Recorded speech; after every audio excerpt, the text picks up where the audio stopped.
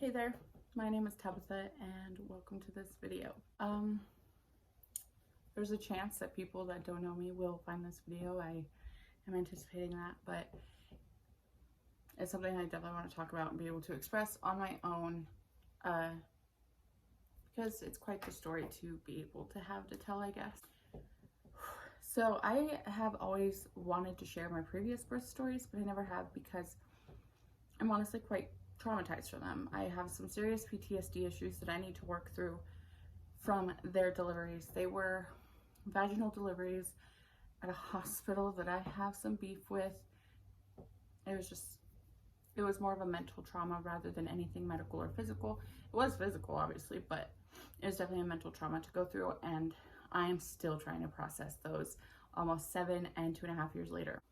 But here I am, baby boy number 3, and I'm ready to share his story, our story, just a couple weeks after. So as you could probably tell by the title, I was COVID positive for my delivery, and it was something. So I never thought this would be a story that I would have to tell, that it would be my story from personal experience.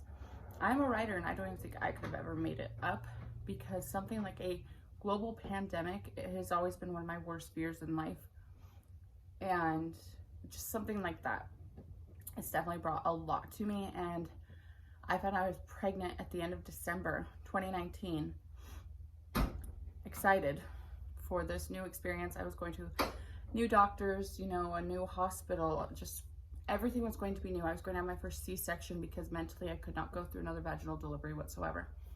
And I was so excited. But then a global pandemic took over the world, and my anxiety just went right back up there, and I was over it. I remember we were all thinking it'd be over by July and I would have nothing to worry about when it came to delivering my own baby.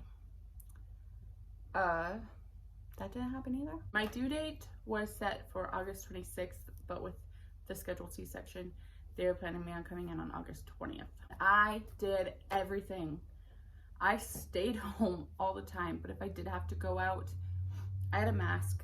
I always have hand sanitized my hands. That's always been a thing for me.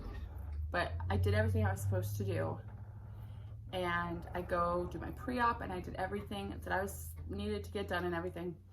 And then the day before the scheduled surgery, I go to do my COVID test, because that's a procedure that you have to do. The day before, actually, I was gonna go. So 2 days before the scheduled surgery, I was supposed to go get the COVID test. I went up there and they said, we have a 24-hour one and a 72-hour one.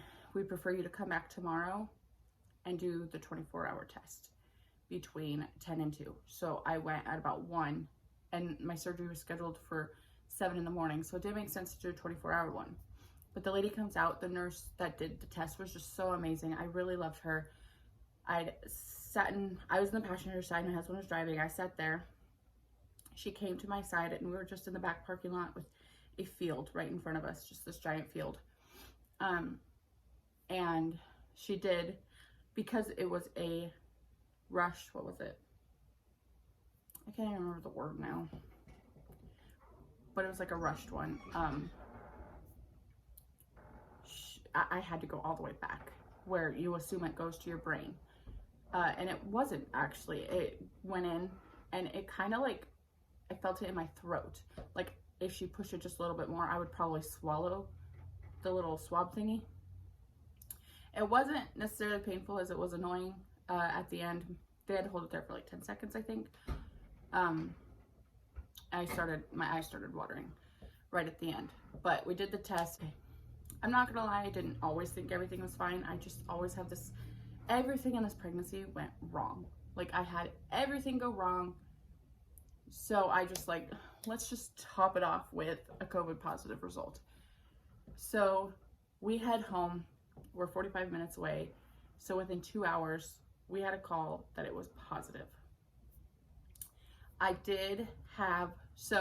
the test on a Wednesday, and the Wednesday before that, I had a little bit of sniffles, not much at all. We all assumed it was pregnancy, allergies, including the doctor's office, because I've always gotten sniffles at the end of a pregnancy, plus they were starting to do hay, and the whole drive out there is just fields of hay.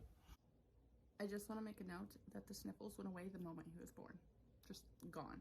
So those could still have been pregnancy related. The nurse thought it could still be pregnancy related, and I was just completely asymptomatic. So we all assumed it was allergies. They did the test, I came back positive, and let me tell you, whoever was on the phone at that end I was not okay with, I was not happy with. They were horrible with, like, technically in the medical field, it is customer service. You are dealing with the patient, the customer. You gotta have bedside manners. And this girl was just, I guess, so at the end I found out she wasn't a birthplace nurse, she was infectious disease nurse, or someone from the infectious disease department. And she had told me that I was the first OB patient to test positive for that hospital. So it was a whole new ball game. We did not know what was going to happen. No one knew anything. They were trying to get in touch with my doctor that was supposed to do the surgery and just everything. And she told me, I said, okay, so what do we do? And she said that I would not be allowed to have any support people at the hospital with me. And it went from 2 to none. And that my baby would be removed from me for 10 to 14 days. And that's when I lost it. I was like, you're not doing that. I don't give I don't care what you say that's not happening. I would, most likely. After my previous births and the postpartum depression I went to with those two, taking my baby away from me, trigger warning, I guess. I didn't think about that, but I would not have survived, if you get what I mean. I would not have been able to handle that. So I was just, I hung up with her.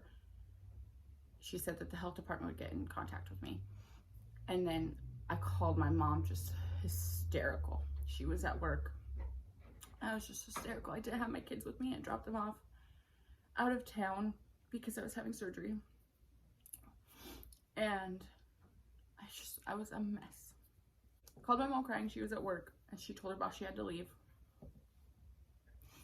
And so she came and we kind of talked through as much as we can. I was just constantly crying. I said a lot of inappropriate words that I'm not proud of. And I was just pissed.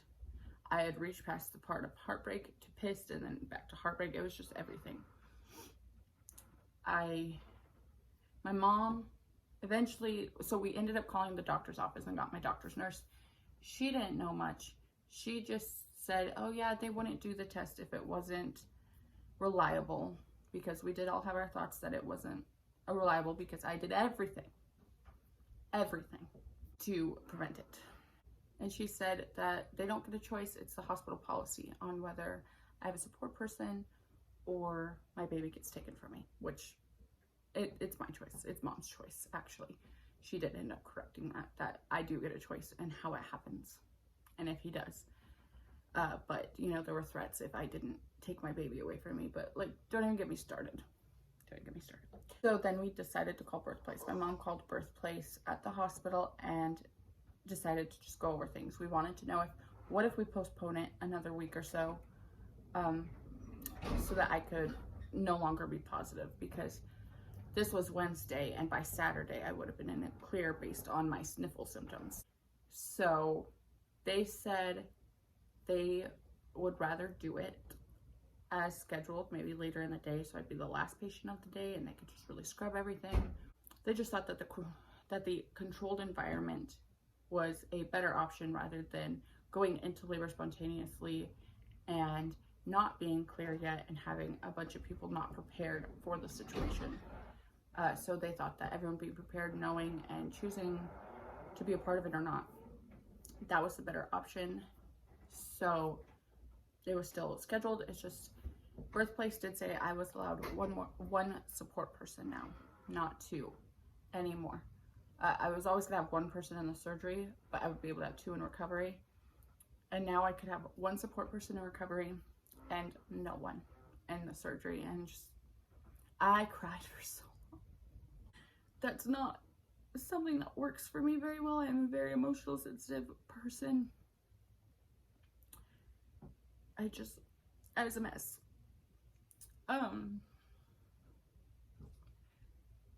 My husband made the decision to not go and to let my mom be my support person because he knew he couldn't be what I needed. He is very hot-headed and defensive and protective, and he just would have not been able to handle the situation whatsoever. So he allowed my mom to be my support person because he knew that she would be what I needed in that situation. They also said that they would not take the baby from me, but I would only be able to hold him to feed him. He would have to be in the bassinet thing on the other side of a wooden screen, which I did not sleep because I couldn't see my freaking baby. My mom would be taking care of him, but like, I just don't, I'm trying to not get into the little itty bitty stuff that just make no sense and pissed me off. So I barely slept. I cried all night. I missed my older kids. I didn't get to snuggle them. And it's my first major surgery ever. I've only ever had my tonsils removed and my wisdom teeth. Never had a major surgery, never broken a bone, never anything. Oh, the morning comes. Oh, so we get everything situated. They wanted me to be there. They just pushed me back a little bit. Like, I was scheduled for 7:30 originally, and now I was scheduled for about 9. So my mom and I got to the hospital at 7:15 in the morning, and we were told to stand outside the gates, and the nurse would come get us. We weren't allowed to just walk in because whatever. She came out, full gear, mask, scrubs, everything. She was fully dressed for a positive COVID patient. And we followed her through the hospital, and because of the way she was dressed, I just felt all the eyes on me, like, that's her. So we walked back to the infectious disease unit. Did not get a labor and delivery unit. And that is why I did not get a second person. They walked us in, so that, like, the infectious disease hallway, I guess, she walked us into, it's like a little tiny square room, like a closet-sized room. You open the door, we all had to go in and close the door. Both doors were not allowed to be open at the same time because of spreading and everything. Stumbling a lot through this video. That little square room where both doors couldn't be open at the same time, the nurses had to go through a process, and like anyone, the baby's doctor came in, my doctor, anesthesiologist, like they had to go through a process to come into my room. I swear it took them 5 minutes to get all the blue disposable scrubs on, come in, do their thing, and then 5 minutes for that. They came in, they did their thing, and then when they left, they took everything off. Like, it was a process for them. And then she'd open the other door, and we went into our room, and it was tiny. It was nothing that we were expecting. We brought food, cold food, because the labor and delivery rooms have microwaves and mini fridges. We did not get those options in this room. Very small. In the other one, they had a couch that pulled out into a bed. Now there was just a basic reclining chair. My mom was not happy about the situation at all. So it was difficult to process that as well. We didn't know that was going to be a thing. The nurse was amazing. She was really nice. I was actually told about the nurses ahead of time from a friend, and I got my friend's favorite nurse. So she was so sweet. I appreciate her so much. We got me all ready, did all my blood work, did everything, and then the anesthesiologist came in to talk to me. Now this is where it was, I think, the whole choice thing, because he was not the anesthesiologist that was originally going to be in the surgery. We met the original anesthesiologist at my pre-op, but now it's a different one, and I cannot tell you how grateful I am. He was just so amazing. I cannot give him enough praise for what he was to me. My problem in the previous deliveries was always the anesthesiologist. Like, I hate anesthesiologists so much, and this guy just changed the game for me.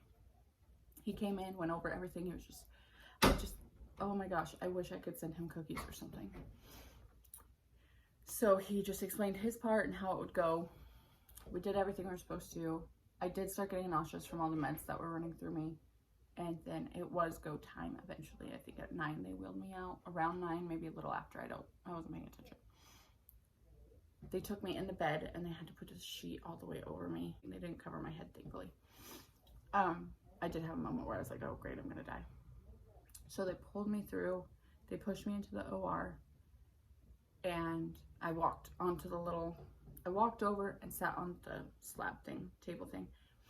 And then they started the spinal, and one of the moments was the anesthesiologist had music playing.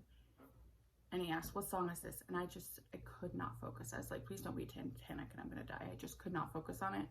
And the nurse said, Somewhere Over the Rainbow. And then I instantly just felt everything. Because The Wizard of Oz is my favorite movie, and Somewhere Over the Rainbow is just my song. And just, that was a moment for me that's like, God is here with you. Loved ones are here with you. You're going to be okay. I just finally felt okay. And then they did everything they were supposed to do with the thing, and I started going numb. I laid down, and just still kind of like one of those blurry things where like I can remember details in my brain, I can see it, but I can't really verbalize it. They did the procedure. The anesthesiologist was right there with me, telling me everything, comforting me because I didn't have my husband there. And he just helped me through the surgery. And then it was a moment where my baby was born, and he was like, okay, guess how big you think he's going to be. And I guessed 10 pounds because this whole time we assumed I was having a fat baby. And he guessed like 9'5" or 8 or something. And then they pulled out the baby, and they're all like, that's a big baby. And he said, oh, maybe you're right about the 10 pounds. So the doctor brought him around the curtain for me to see him at a distance. And he looked just like Jax, my youngest. Not my youngest anymore, my middle now. And then took him back to do the cleanup and everything and weigh him and everything. I was getting my tubes tied, and they let me know that they brought him over so I could see him, but I was too scared to kiss him because I was COVID positive. So I just kind of like tried to rub his face with my finger as much as I could. And they said he was 8 pounds, 10 ounces. And I had said, that's my smallest baby. They wondered how big Nick was because I told them Jax was 9'5", or 9 pounds, 6.5 ounces. And Nick was 8 pounds, 14 ounces. And then I asked how long he was, and they said he was 20 3/4. And he was just, it was just an awkward situation because I just wanted to kiss him, but I couldn't. I felt like I wasn't allowed to. And then they take him to my mom. They take him to the room to stay with my mom while they finish up me, and then take me into the room. And I go in, my mom, and it was how they said they had a wooden screen that he had to stay behind mostly. I did get a hold of him a little bit. I remember feeding him mostly, and I was like, just eat all the time. I don't care as long as I get to hold you. I wore the mask all the time. Mask didn't get to come off. Of me, at least. I couldn't really see him when I was feeding him because the mask was there. It was really difficult, but obviously his safety did come first. So we stayed 3 nights. Thursday and Friday night. So we stayed 2 nights. The first night, he screamed a lot. The second night, he screamed a lot, but he also had like a choking thing. And they ended up having to suck his tummy. And I guess usually like they take him away for that. They had to do it right in the room because no one was allowed to leave the room. And she went to the other side of the screen so I wouldn't see it, but oh my gosh, I heard it. Not one of my favorite moments. It was difficult. It was so difficult. Me and my mom were just bawling on the bed. Thankfully, the nurse let me hold him after that because I needed him. And at that point, I was free and clear. There was nothing else happening with me.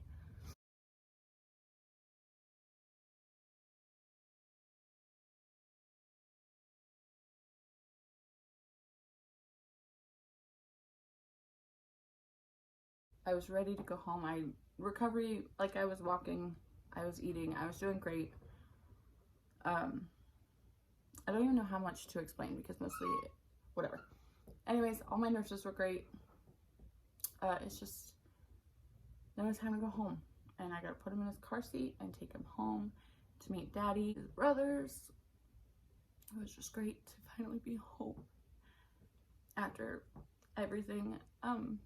The crazy thing is, my COVID positive infectious disease C-section birth story is 1,000,000 times more wonderful than my previous 2 because of the stupid hospital and people behind it. Like, the people really can make your delivery.